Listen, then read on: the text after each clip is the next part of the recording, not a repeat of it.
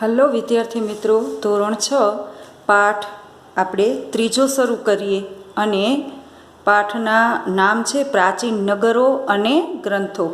તો ચાલો સમજવાની શરૂઆત કરીએ. હવે પાઠ છે એનું નામ છે પ્રાચીન નગરો અને ગ્રંથો. તો પ્રાચીન નગરો એટલે કે સંસ્કૃતિ અને સભ્યતાની વાત આપણે આવી.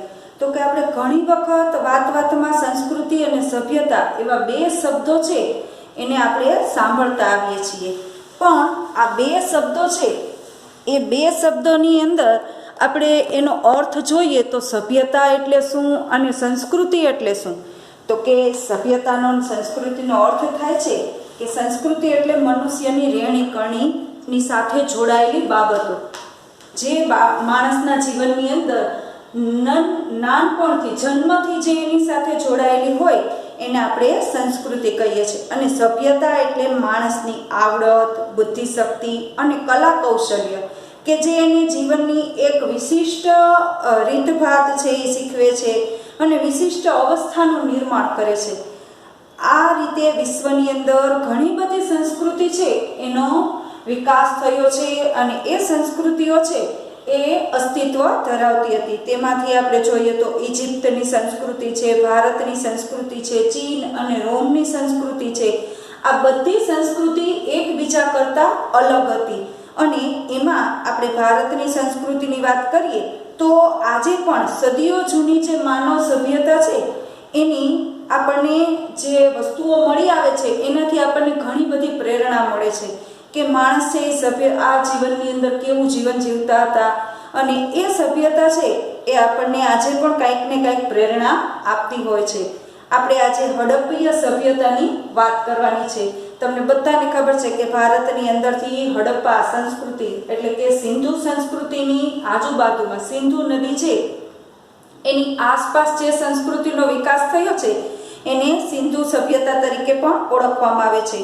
લગભગ ઈસવીસન 1921માં હડપ્પામાંથી જે સૌથી પહેલા અવશેષો મળી આવ્યા તે ભારતની સભ્યતા છે એના ઉત્તર અને પશ્ચિમ ભાગની અંદર આ સભ્યતા ફેલાયેલી હતી તેના પુરાવા મળેલા છે. આ ઉપરાંત લોથલ, મોહેન્જો-દડો, ધોળાવીરા, કાલીબંગન, રાખીગઢી આ બધા સ્થળોએથી જૂની માનવ સભ્યતાની સંસ્કૃતિના અવશેષો આપણને મળી આવેલા છે. હવે આ જે સભ્યતા આપણને મળી આવેલી છે તેની નગર રચનાની વાત કરીએ તો નગર રચના ખૂબ જ વિશેષ હતી. જે જૂના અવશેષો મળ્યા છે એની સભ્યતામાં સૌથી મોટી કોઈ લાક્ષણિકતા હોય તો એ લોકોની નગર રચના હતી. અને નગર રચનાની અંદર દરેક નગરો છે એને ખૂબ જ આયોજનબદ્ધ રીતે નગર રચના એની કરવામાં આવી હતી. બધા જ સ્થળોએ પશ્ચિમ તરફ કિલ્લો અને પૂર્વ તરફ છે એ મકાનો આવેલા હતા. એટલે કદાચ આપણે એવું માની શકીએ કે પશ્ચિમમાં કિલ્લો જે હતો તેમાં રાજા કે એનો પ્રમુખ રહેતો હશે અને પૂર્વ દિશાની અંદર મકાનોમાં સામાન્ય પ્રજા રહેતી હશે. આ બંનેને અલગ પાડવા માટે વચ્ચે એક આખો રાજમાર્ગ બનાવેલો હતો. પશ્ચિમમાં આવેલા કિલ્લાની ફરતે કોટ હતો એટલે કે ખૂબ ઊંચી દિવાલો બનાવેલી હતી. અને આપણે એવું અનુમાન કરી શકીએ કે કિલ્લામાં કદાચ શાસન કરનારો રાજા છે એ રહેતો હશે. આ નગરોના મકાનો બનાવવામાં મોટે ભાગે ઈંટો વાપરવામાં આવી હતી. અને હડપ્પાની નગર રચનાની કેટલીક વિશેષતાઓ છે તે આપણે જોઈએ. એમાં સૌથી પહેલી એની વિશેષતા છે આયોજનબદ્ધ મકાન વ્યવસ્થા હતી. પૂર અને ભેજથી બચવા માટે એ લોકોએ મકાન છે એને ખૂબ જ ઊંચા ઓટલા ઉપર બાંધવામાં આવતા. અહીંની મકાનોની વિશેષતા એ હતી કે મકાનોના દરવાજા છે એ મુખ્ય દરવાજાના બદલે મુખ્ય રસ્તાની બદલે બાજુની અંદરની ગલીઓમાં પડતા હતા. અને મુખ્ય રસ્તા ઉપર છે એ માત્ર ખાલી ખરીદી કરવા માટેની જે દુકાનો હોય એ જ આવતી હતી. અહીંયા 1 માળના અને 2 માળના એવા મકાનો જોવા મળ્યા. અહીંના રસ્તાઓમાં પણ ઘણી બધી સગવડતાવાળા હતા. આ રસ્તાઓ છે એ શહેરના મુખ્ય મોટા ભાગના રાજમાર્ગો છે એ બે જ હતા. એક તો ઉત્તરથી દક્ષિણ તરફ જતો હોય અને બીજો છે એ પૂર્વથી પશ્ચિમ બાજુ જતો હોય. અહીંયા મુખ્ય રસ્તાને સમાન અંતર ઉપર શેરીઓ એકબીજાની અંદર આવેલી હતી. અને આ રસ્તાઓ છે એનું શેરીનું આયોજન એ રીતે કરવામાં આવતું હતું કે આખું નગર છે એ ચોરસ કે લંબચોરસ વિભાગની અંદર વહેંચાઈ જાય અને કાટખૂણે છે એ શેરીઓ પણ મુખ્ય રસ્તાને મળતી હતી. જાહેર રસ્તા ઉપર સામાન્ય જનતાને રાત્રે જવા આવવામાં તકલીફ ન પડે એટલા માટે રાત્રે અંધારું થાય પછી ત્યાં રાત્રે પ્રકાશ માટે દીવાબત્તીની એટલે કે પથ્થરના સ્તંભ ઉપર અમુક અંતરે ફાનસ કે મીણબત્તી જેવી કોઈ વસ્તુ છે એ મૂકવામાં આવતી હશે. એવા સ્તંભો પણ પુરાવા રૂપે અવશેષોમાં મળી આવેલા છે.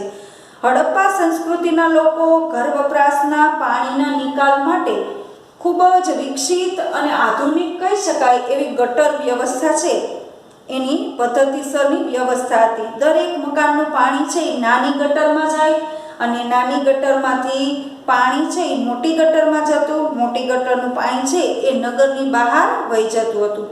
મોહેંજો-દડો નગરની અંદર એક જાહેર સ્નાનાગાર જેને આપણે સ્વિમિંગ પુલ કહીએ છીએ એ પણ મળી આવ્યો છે અને એ સ્નાનાગાર છે એની ફરતે કપડાં બદલવા માટે ઓરડીઓ બનાવેલી હતી.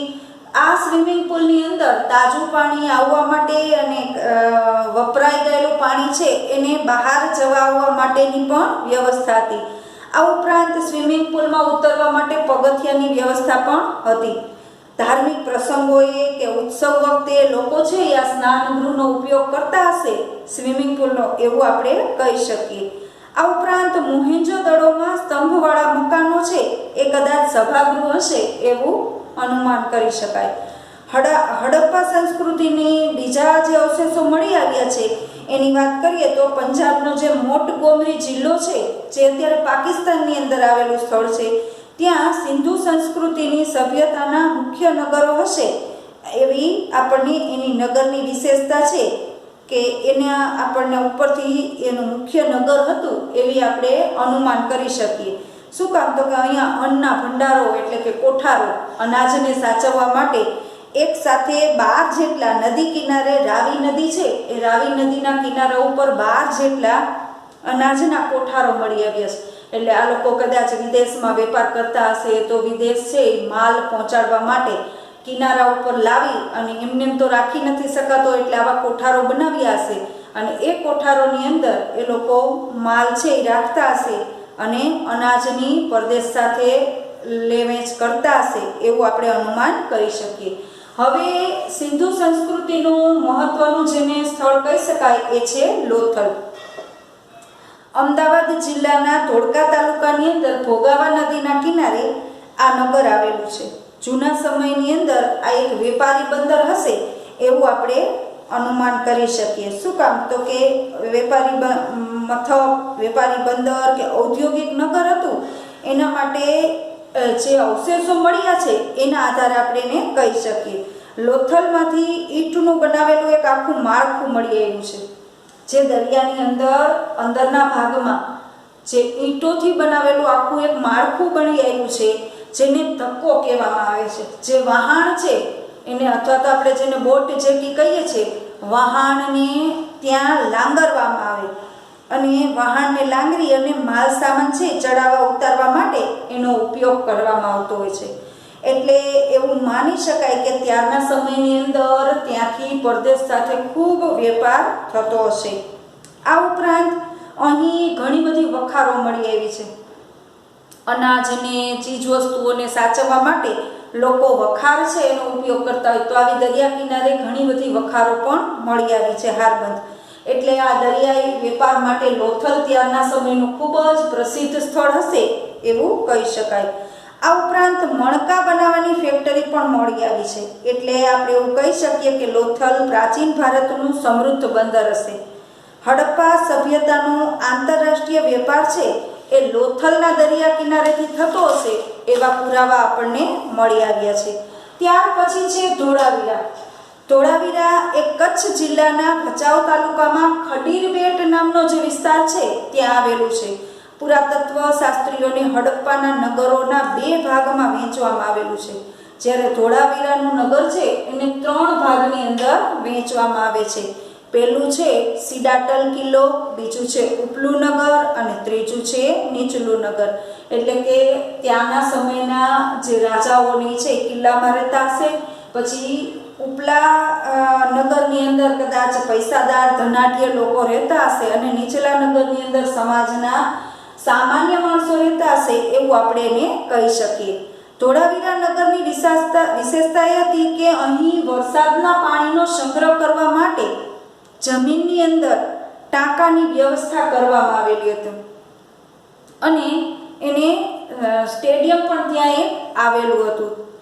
હવે રાજસ્થાનનું કાલીબંગન નગર છે. કાલીબંગન નગર છે એ હડપ્પાની સભ્યતાનું સૌથી જૂનું કહી શકાય એવું નગર છે અને અહીંયા જ ખેતીની ઘણી બધી શોધો થઈ હશે એવું આપણે એના પુરાવા ઉપરથી કહી શકાય. કાલીબંગન નગરની અંદર કૃષિ ક્રાંતિનું મુખ્ય મથક હશે એવું કહી શકાય. શું કામ? તો કે અહીંથી ખેડેલા ખેતરના અવશેષો મળી આવ્યા છે, ત્રાંબાના અવશેષો મળ્યા છે, જે પુરવાર કરે છે કે આ લોકો ખેતીની અંદર હળનો એનો ઉપયોગ કરતા હશે, ત્રાંબાના ઓજારો બનાવી અને ખેતીમાં એનો ઉપયોગ કરતા હશે અને એ લોકો ત્યારના સમયની સભ્યતામાં સૌથી આગળ પડતા હતા એવું કહી શકાય અને ખેતીમાં પણ તેનો ઉપયોગ કરતા હતા. ચલો, આ ભાગ અહીંયા પૂરો થાય છે. બીજા ભાગની અંદર આપણે હડપ્પા સંસ્કૃતિનું આર્થિક જીવન, એની સભ્યતા, એનું સમાજ જીવન, તેના વિશે આપણે ભણીશું. ચલો, ગુડ બાય.